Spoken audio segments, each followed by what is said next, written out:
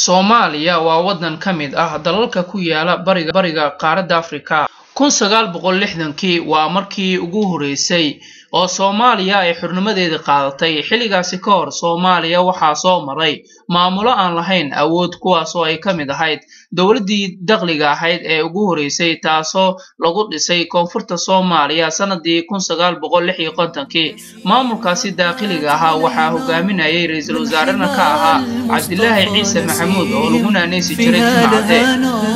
فيها الدواء والشفاء نسيم هبت علينا من حمال المصطفى نسيم فيها الهنا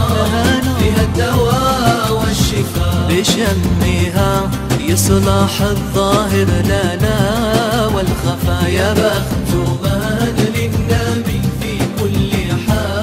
Soomaaliya markii ay xorowday sanadkii 1960kii waxaa la dhisay dowladdii ugu horeysay ee Soomaaliyeed, iyadoona 22kii bishii Luulyo 1960kii dowladdii ka curatay geega Soomaaliya ay ka koobneed madaxweyne Aadan Cabdulle Cismaan Aadan Cadde oo ahaa madaxweynihii ugu horeeyay ee hogaamiyo laba qaybood oo ka mid ah 5 qayb ee shirkii gumeystayaasha Afrika ee Soomaaliya ugu qaybiyeen. dowladdaasi waxaa ra'iisul wasaare ka ahaa Cabdirashiid Cali Sharmaarke, halka ra'iisul wasaare ku-xigeenna uu ahaa Cabdi Xasan Buuni. sidoo kale dowladdaasi waxa ay ka koobneed 15 wasiir oo kaliya.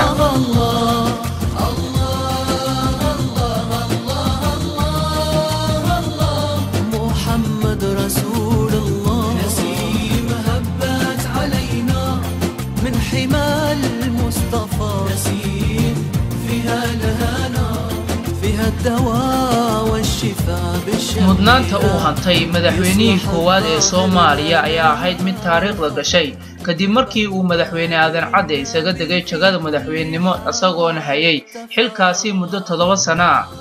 kadib markii uu xilka madaxweynenimo isaga degay Aadan Cadde ayaa bishii Juun sanadii 1967kii waxaa madaxweyne loo doortay mudane Cabdirashiid Cali Sharmaarke oo dowladdii ka horeysay ka ahaa ra'iisul wasaare. Cabdirashiid Cali Sharmaarke madaxweynihii labaad ee Soomaaliya wuxuu asagu wadanka hogaaminayay muddo 2 sano ah, balse gacan ku dhigile ka gardaran oo la sheegay inuu ka mid ahaa ilaaladiisii ayaa ku toogtay gudaha xarunta gobolka Sool ee magaalada Laascaanood 15kii Oktoobar sanadii 1969. dilkii madaxweyne Cabdirashiid Cali Sharmaarke kadib wadanku waxa uu galay xaalad cabsi ah, iyadoona dadku ay ka anfariireen dilkii loo geystay madaxweynaha. balse 5 maalmood kadib maxaa dhacay? habeenimo Talaado ah, taariikhduna ay ku beegneyd 22kii bishii tobnaad sanadkii 1969kii ayaa xukunka dalka Soomaaliya la wareegay ciidamadii xoogga dalka saraakiil ka kooban 25 uu hogaaminayay Generaal Maxamed Siyaad Barre.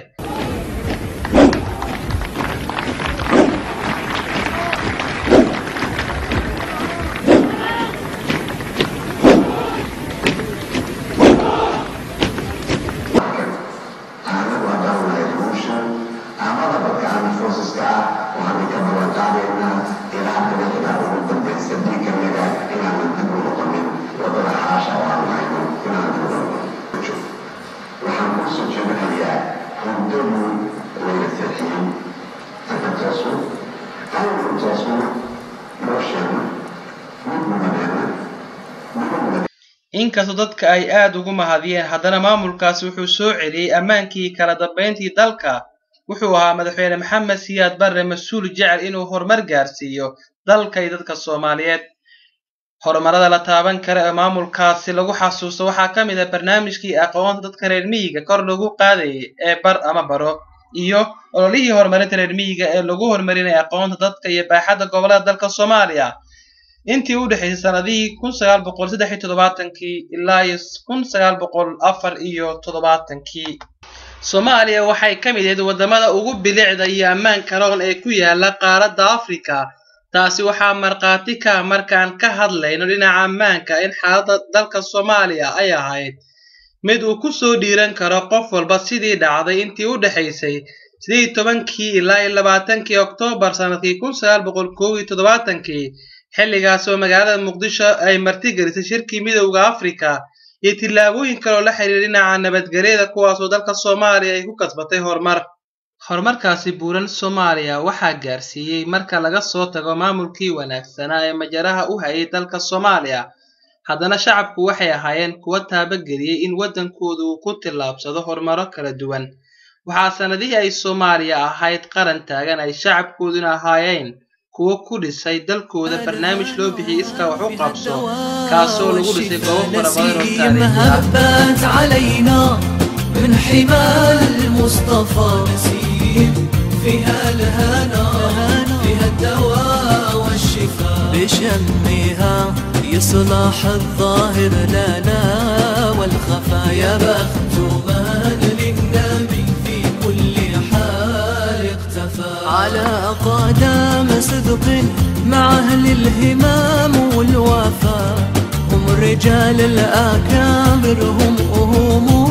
الشرفاء هم أهل الأسرار هم أهل النقاء والصفا يا حادث جع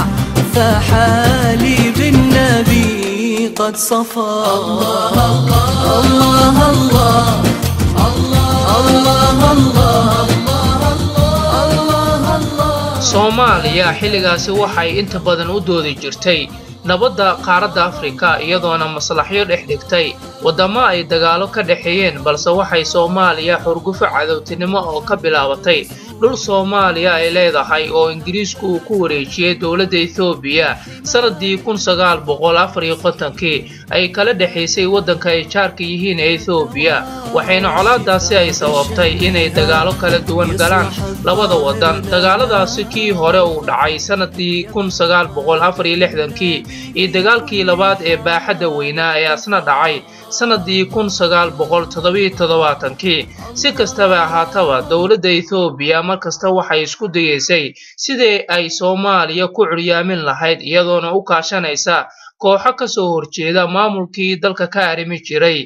taasi iyadoo ay jirta ayaa haddana jabhado aan lahayn aragtiyo dheer iyo siyaasado kale oo qarsoon waxa ay xukunka ka tuureen xukuumaddii ka talin jirtay dalka muddadii dheereed ee 21 sano ahayd. haddaba maxaa dhacay burburkii dalka Soomaaliya kadib؟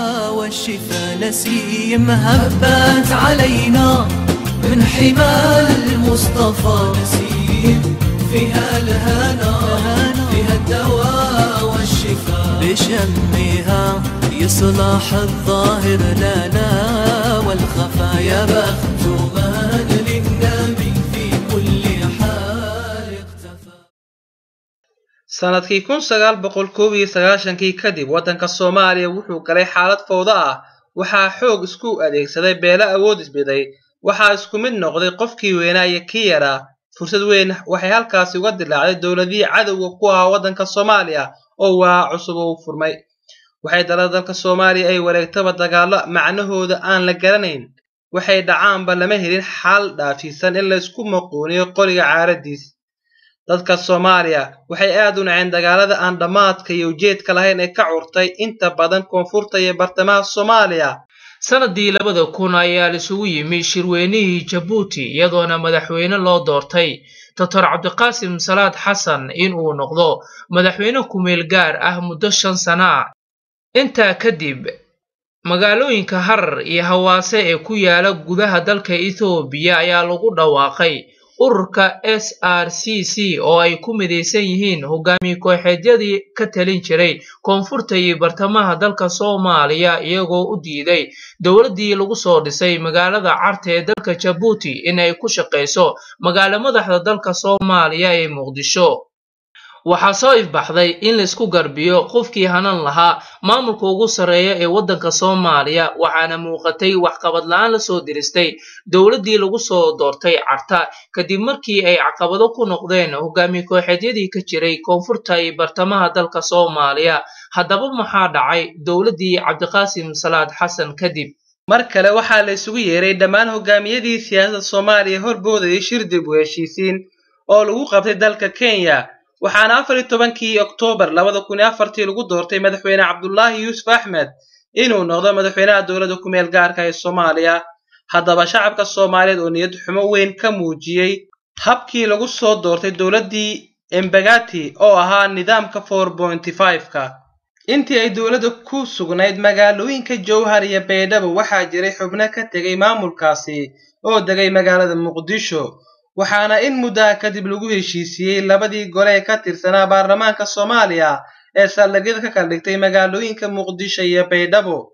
waxaa xilligaasi magaalada Muqdisho ka aasaasay midoogii maxkamadaha Islaamiga kuwaas oo dagaalo adag kaga adkaaday hogaamiye kooxeedadii ka arriminayay koonfurta iyo bartamaha Soomaaliya haddaba maxaa dhacay kadib la wareegitaankii midowga maxkamadaha Islaamiga koonfurta iyo bartamaha Soomaaliya xilliga ay ka talinayeen midowga maxkamadaha Islaamiga koonfurta iyo bartamaha Soomaaliya waxa ay ku soo dawaaleen amni balaaran oo ah mid la isku haleyn karo inta badan shacbiga Soomaaliyeedna waa ay u riyaaqeen maamulkii midowga maxkamadaha Islaamiga in badan oo ka mid ah qurbo-joogta Soomaaliyeed waxa u suurto gashay inay dib ugu soo noqdaan dalka Soomaaliya waxaa bilowday wada hadallo lagu heshiisiinayay midowgii maxkamadaha Islaamiga oo ka talinayay koonfurta iyo bartamaha Soomaaliya iyo dawladii uu hogaaminayay Cabdullaahi Yuusuf Axmed oo saldhig u ahayd magaalada Baydhabo ee xarunta gobolka Baay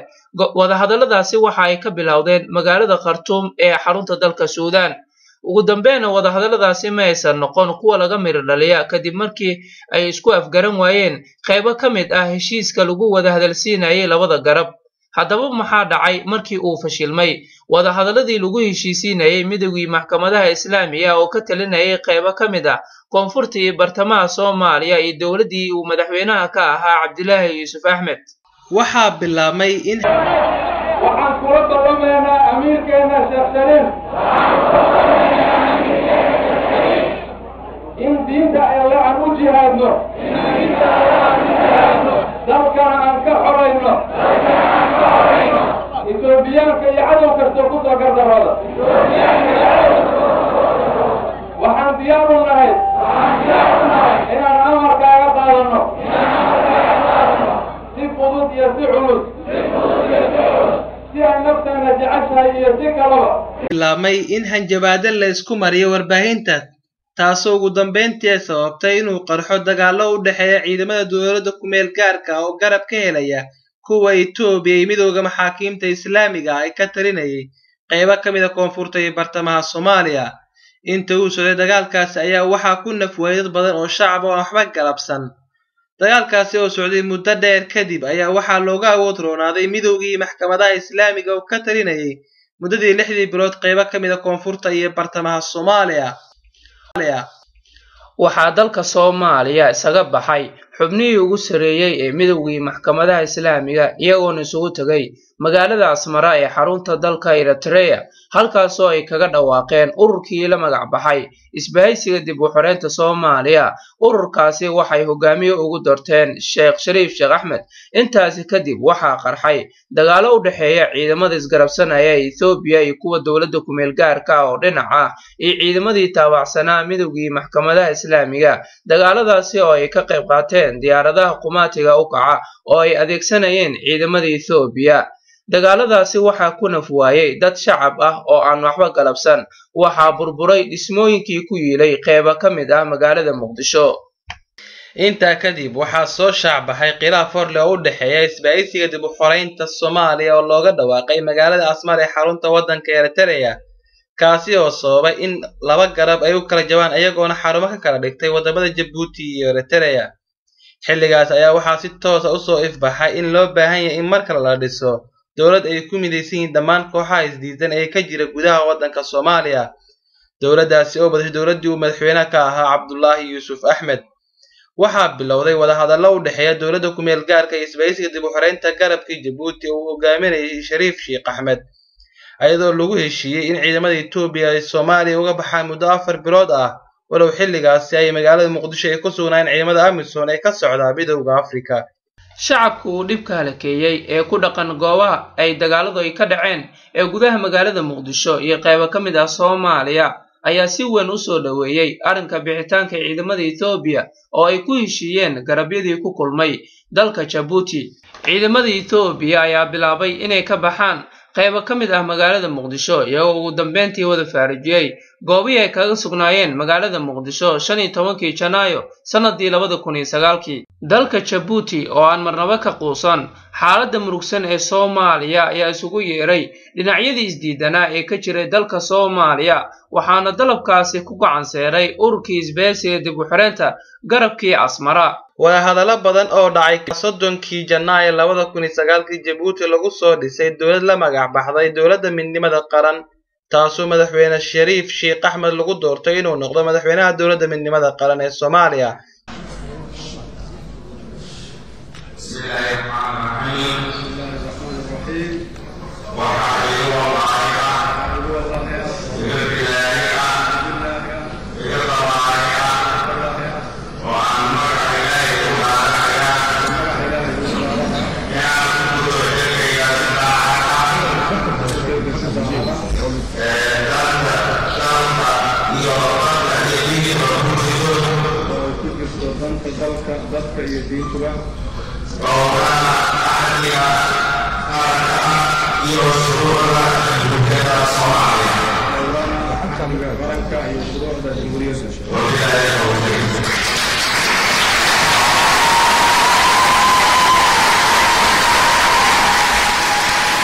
dowladda cusub waxaa isla markiiba taageero afaasiyay wadamo fara badan oo ka tirsan kuwa ugu waaweyn dunida sida midowga Yurub iyo Mareykanka. sidoo kale midowga Afrika iyo jaamacadda Carabta ayaa sheegeen